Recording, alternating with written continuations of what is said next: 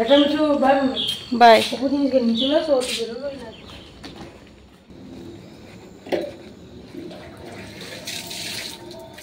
শুভ সকাল বন্ধুরা, কেমন আছো? আশা করি যে যেখান থেকে আমার ভিডিও দেখছো অনেক ভালো আছো, সুস্থ আছো। আমি অর্পিতা, তোমাদের অর্পিতা, আবার একটা নতুন ভিডিও নিয়ে হাজির হয়ে গেছি। তো বুবলা স্কুল চলে গেছে। আর সেদিনকে যে দেখেছিলো তোমরা ইডলি করেছিলাম, সেটা রাখা ছিল ফ্রিজে। তো চলো বাসি ইডলিটা কিভাবে খাওয়া যায় সেটাই তোমাদের সঙ্গে শেয়ার করব। তো এখন চলে এসেছি সকাল সকাল বাগানে কারি পাতা নিতে। কয়েকটা কারি পাতা লাগবে, চলো কারি পাতা তুলে নিই।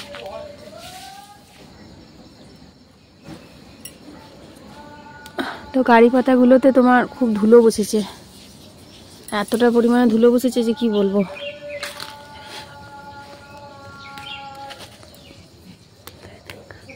হ্যাঁ দেখো, তা মা ছা নিয়ে বসে আছে, আর একজন ওই যে পালালো। তো চলো এই কটাই তুললাম, বেশি লাগবে না। আর এখন আমাদের শিউলি ফুল ফুটছে, শিউলি ফুল পড়ছে। তো চলো টিফিনটা বুলা বাবাকে রেডি করে দিই, তারপর ওপরে বিছানা টিছানাগুলো তুলবো। ভালো ঠান্ডা পড়ে গেছে এখন। তো উঠোনটা দেখো, সবুজ সবুজ ঘাস, সবুজ সবুজ গাছপালা, তার মধ্যে এই যে লাল লাল থোপা থোপা হরগৌরী ফুলগুলো দারুণ লাগছে। তবে লাল সবুজের কম্বিনেশন একটা এখানেও সকাল থেকে সন্ধ্যে পর্যন্ত থাকে। এই দেখো মিঠুমা। তো দেখো সর্ষের তেলে গোটা সর্ষে দিয়েছি ফোড়ন, আর দিয়ে দিলাম হচ্ছে কারি পাতাগুলো, তারপর দিয়ে দিলাম ইডলিগুলো। আমরা এভাবে পিঠে ভাজা করে থাকি না, তো সেই রকমই আর কি। তেল খুব বেশি না, শুধু ফোড়নটা দেওয়ার মতোই আর কি। তো যাই হোক, এটা কিন্তু খুব হেলদি একটা খাবার। তারপর জল দিয়ে ঢাকা দিয়ে গ্যাসটা সিম করে দিতে হবে। মিনিট 5 পরে এত নরম তুলতুলে হয়ে যায়, আর খেতেও খুব ভালো লাগে। আর সেদিনকার নারকেল চাটনি ছিল, সেটাও একটু আমি গরম করে নিয়েছি। তো দেখো এখন আমার হেলদি একটা ইডলি ফ্রাই রেসিপি তোমাদের সাথে শেয়ার করে দিলাম। তো যাই হোক, এটা কিন্তু সত্যিই হেলদি, কারণ তেল আমি বেশি একদমই দিইনি, একদম অয়েল ফ্রি বলতে পারো।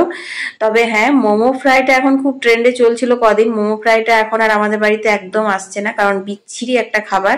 আমি তো একদম খাই না, বুবলা মাঝের মধ্যে আনছিল, ওকেও আমি এখন খেতে দিই না। ওর থেকে তো সিঙ্গারা খাওয়া অনেক ভালো আমার মনে হয়। তো বুবলার বাবাকে দিয়ে দিলাম ওটা। আর বুবলাকে সকালে আজকে বাদাম দিয়ে চাউমিন করে দিয়েছিলাম, তোমরা তো দেখলেই।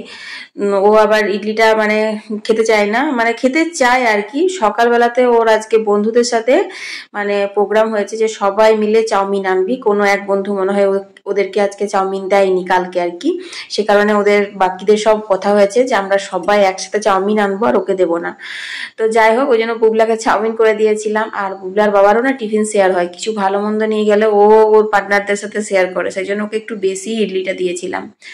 তারপর আমি এখানে বসে গেছি, দেখতেই পাচ্ছ, ঘাস পরিষ্কার করতে। হ্যাঁ বন্ধুরা, বাগানটা আমার খুব শখের, ফুল গাছ আমার খুবই স্বাদের। তো শুধু গাছগুলো লাগালে তো হবে না, তার যত্ন করতে হয়। বাবা বলতো মাটির সাথে মাটি হতে হয়, তবেই সোনার ফসল ফলে। তো সত্যি কথাই বটে, মাটিতে কোনো একটা গাছ পুঁতে দিলাম আর সেটা থেকে আমি গাদা গাদা ফল পাবো বা গাদা গাদা ফুল পাবো, সেটা কখনোই না। তার পিছনে কিন্তু প্রচুর পরিশ্রম করতে হয়। শুধু গাছপালা কেন, আমরা যে কাজটাই করব বা কোনো মানুষের ক্ষেত্রেও যদি আমরা কোনো মানুষকে আপন করি, তাকে যদি ভালোবাসি, তার যত্ন নিতে হয়, তবেই কিন্তু সে আমাদের কাছে টিকে থাকে। বাগানের কাজ করতে আমার বেশ ভালোই লাগে, কিন্তু বাগানের কাজ করলে তো শুধু চলবে না, ঘরের কাজগুলোও তো দেখতে হবে। তো ঘরটা এখানে ঝাড় দিচ্ছি, কারণ হচ্ছে বউয়ের ওদিকে বাসনটা ধোয়া হয়ে গেছে। ও যে কি স্পিডে কাজ করে তোমাদের কি বলবো। তো ওটাই হাসছিল আর কি। আমি ওকে বলছিলাম বাবা তোমার সাথে আমি পেরে উঠবো না, তো বলছে দাও দাও আমি ঝাড় দিয়ে নিচ্ছি। আর এদিকে দেখো মায়ের সবজি কাটা হয়ে গেছে। কালকে এনেছিল কয়েকটা আমলকি, কালকে নয় সেই রোববার দিন এনেছিল। তো সেইগুলো আর কাটাও হয়নি, কিছু বানানোও হয়নি। তো যাই হোক, এখন কিছু বানাবো না আজকে, এখন শুধু কেটে পরে নুন আর লবণ দিয়ে রেখে দেবো। আর এখানে দেখো একটা 5 মিশালি বড়া ভাজা কাটা হয়েছে, আর এখানে শাক পোস্ত আর পেঁপে সেদ্ধ হবে, ডালে হোক বা জলে হোক যেটাতেই হোক সেদ্ধ করব। আর এই আমলকিগুলো কেটে নেব, আমলকিগুলো তোমার কেটে নুন দিয়ে আর রোদে দেবো। অনেকেই না আমলকি কাটতে পারো না। আমলকি কাটার না একদম সহজ একটা পদ্ধতি আছে। আমলকি দেখবে গায়ে না একটা বলের মতো দাগ দেওয়া থাকে, মানে গোল গোল গোল গোল শিরার মতো থাকে। সেই শিরায় শিরায় যদি একটু কেটে নাও, তারপর একটু চাপ দিলে কিন্তু সেগুলো খুব সুন্দর করে ছেড়ে আসে। আর তোমার আঁঠিটা কাটবার দরকারই হয় না, কিন্তু মাকে কাটতে দিলে মা আবার আঁঠি সমেত কাটে। আর এই বটিটাতে এত ধার আছে না, মায়ের না অনেকবার হাত কেটে গেছে, সেই কারণে মাকে আর কাটতে দিলাম না, আমি কাটতে বসলাম। তো এতগুলো আমলকি একসাথে কাটার মতো সময় আমার নেই, কিছুগুলো কাটলাম আর কিছুগুলো থাকবে, এগুলো পরে সময় করে কেটে নেব। তোমাদের হয়তো মনে হচ্ছে এই কটা আমলকি, এই কটা না, 1 কেজি মতো আমলকি আনা হয়েছে। আসলে আমলকিটা তো সব সিজনে পাওয়া যায় না, এই শীতের সময় পাওয়া যায়। আর আমাদের বাড়িতে না আমলকিটা খেতে বেশ, মানে আমি আর কি বেশিরভাগ খাই, আর আমার দিকে দেখে বুবলাও খায়। অ্যাকচুয়ালি আমলকিতে কিন্তু প্রচুর পুষ্টিগুণ আছে জানো তো, চুলের পক্ষে বলো, স্কিনের বলো, পেটের বলো, সবকিছুতে ভীষণ উপকারী। আর এই শীতকালের দিনে যদি আমলকি খাওয়া যায় তোমার, তাহলে কিন্তু সর্দি কাশি থেকেও অনেকটা রেহাই পাওয়া যায়। আর দুপুরবেলায় খাবার পরে, রাত্রেবেলা খাবার পর যদি এক টুকরো আমলকি চিবিয়ে খেয়ে 1 গ্লাস জল খেয়ে নাও, তাহলে আর হজমের কোনো সমস্যাই থাকবে না। কারণ শীতকালে তো সবজি বেশি খাওয়া হয়, তাই আমাদের পেটের প্রবলেম তো লেগেই থাকে। তো চলো বন্ধুরা, নিচে ঘরের কাজ কমপ্লিট, এবার যেতে হবে আমাদেরকে উপরের ঘরে। তো ওই যে তোমার উপরে ঘরে বিছানা টিছানা তুলে ঘরটা ঝাড় দিয়ে নেবো। আর আজকে আর উপরে ঘরগুলো মুছবো না। তো নেই নেই করে শীতটা বেশ ভালোই পড়েছে। আমরা যে ব্ল্যাঙ্কেটটা ঢাকা নিই সেটাতে না এখন আর হচ্ছে না, তো সেই জন্যই বালাপোস্টটা রোদে দিলাম আর এর ওয়ারগুলো ভিজিয়েছি। তখন সকালে দেখলে অনেকগুলোই কাচলাম, কিন্তু তখন মানে মনেও ছিল না আর ঠিক ভিজানোও হয়নি। তো যাই হোক, ওটা ভিজিয়ে আমি এখন কেচে নেবো গা, কারণ অনেকটাক্ষণই ভিজিয়েছি। আর ওপরে ঘরগুলো একটু ঝাড় দিয়ে নেব। আর এটা রোদে থাক, এখন রোদে না থাকলে পরে তো ঢাকা নেওয়া যাবে না, ধুলো ধুলো গন্ধ হবে। তো দেখো ওয়ারটা এত ভারী, এই বালাকোষের যে ওয়ারটা, হলুদ রঙের ওয়ারটা দেখছো, এটা এতটা পরিমাণে ভারী। আমি মেলতে গেলাম আর নিচে যে আমাদের লম্বা তারটা, যেটাতে তোমরা দেখলে সকালবেলা আমি এতগুলো জামা কাপড় মেললাম কেচে, সেই তারটা ছিঁড়ে গেল জানো। আমার কত কাজ বেড়ে গেল বলো তো। আবার সেই কাপড়গুলো কুড়িয়ে কুড়িয়ে এদিক ওদিক ছাদে সব মেলে এসেছি। হ্যাঁ, তারপর আবার দেখো এটা আমি এখন ছাদে মিলতে গেলাম। তো দেখো এই যে তার ছিঁড়ে পড়ে আছে, আর এই ওয়ারটা একটু হালকা, সেই জন্য এই তারটাতে মেললাম, এটার একটাতে পরিয়ে দেবো, মানে ব্ল্যাঙ্কেটটাতে, তাহলে কাচতে হবে না। ব্ল্যাঙ্কেটটা কাচতেও না খুব কষ্ট হয়। আর ওই তারটা এবার বুবলার বাবা আসবে, তারপর যদি লাগাই তো লাগাবে, মানে লাগাতেই হবে, কারণ আমাদের প্রত্যেকদিন অনেক কাচাকুচি। আর 3টে লম্বা লম্বা তার টাঙানো আছে উঠোনে, এ মুড়ো থেকে ও মুড়ো দেখেইছো তো, ওগুলোতে পুরো কাপড়ে ভর্তি হয়ে যায়। আর নিচে কাপড় মেললে কি হয়, তাহলে ছাদে যেতে হয় না, নাহলে সেই আবার সিঁড়ি বেয়ে বেয়ে ছাদে ওঠো। আর ছাদে যারা কাপড় রোদে দাও তাদের জন্য ঠিক আছে, কিন্তু আমরা তো রোদে দিই না, সেই জন্য না আমাদের খুব অসুবিধে লাগে, মনে হয় বাবা ছাদে মিলবো এরকম লাগে।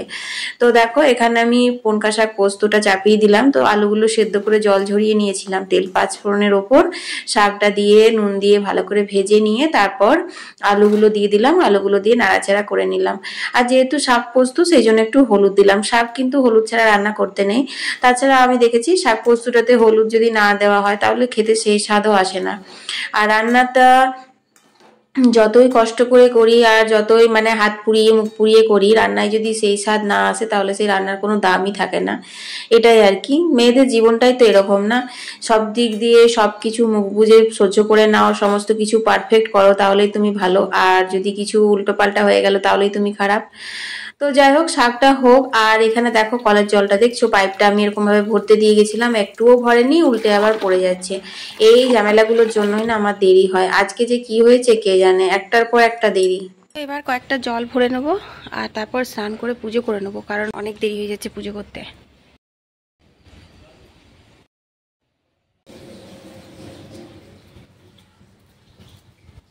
রান্না বান্না, কলের জল নেওয়া সবটাই হয়ে গেছে। আর এখন দেখো আমি স্নান করে নিয়ে পুজো করে নিচ্ছি। এখন কিন্তু অনেকটাই বেলা, মানে মোটামুটি 12:30 হয়ে গেছে। তো যাই হোক, খেতে দিতে তো মাই খেতে দেবে, তাছাড়া আমার পুজো করতে খুব একটা বেশি সময় লাগে না। আর তোমার পুজো করার পর দেখো এখন আমি রোদে বসে গেছি, সেটা হচ্ছে কি না, সেই বাকি আমলকিগুলো কাটতে।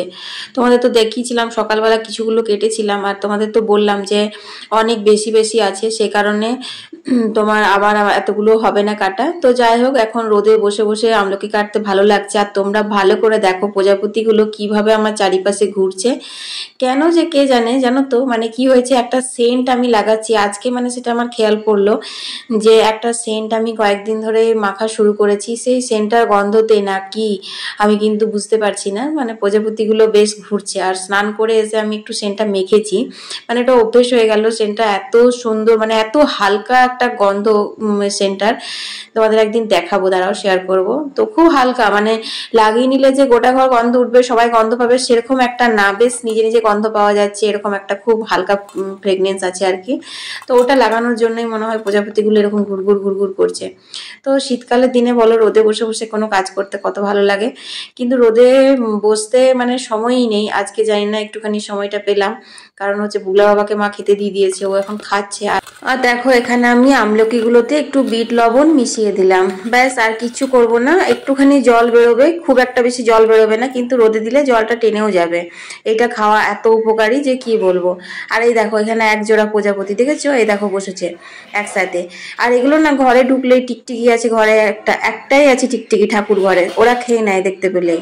তো সেই জন্য আমি চাই না যে ওরা ঘর ঢুকুক, কিন্তু ওরা ঠিক সন্ধে হলে হয় রান্নাঘর, নাহলে ঠাকুর ঘরে ঢুকে যাচ্ছে।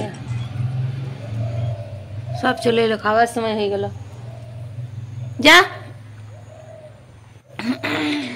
তো বন্ধুরা এখন বাজে বিকেল 4:30। তো আমি উঠে তারপর জামা কাপড়গুলো সমস্ত তুললাম, আর ওপরে দেখলে এই যে বালাপোস্টটা মেলা ছিল সেগুলো সব তুলে ওয়ার টোয়ার পরালাম। তারপর এক কাপ চা করে মাকে দিলাম, আর আমিও খেলাম চাটা। তারপর দেখো ঘরগুলো সব ঝাড় দিয়ে নিয়েছি। বিকেলে ঘর ঝাড় দেওয়া তোমাদের সাথে আর শেয়ার করি না, যেহেতু সকালবেলা শেয়ার করা থাকে। তো এখনকার দিনে তো বিকেল বলে কিছুই নেই, বিকেল হতে না হতেই সন্ধে হয়ে যাচ্ছে। তো দেখো এখন আমি যে সন্ধে দিয়ে নিচ্ছি, তো চলো এখন সন্ধেটা দিয়ে নিই।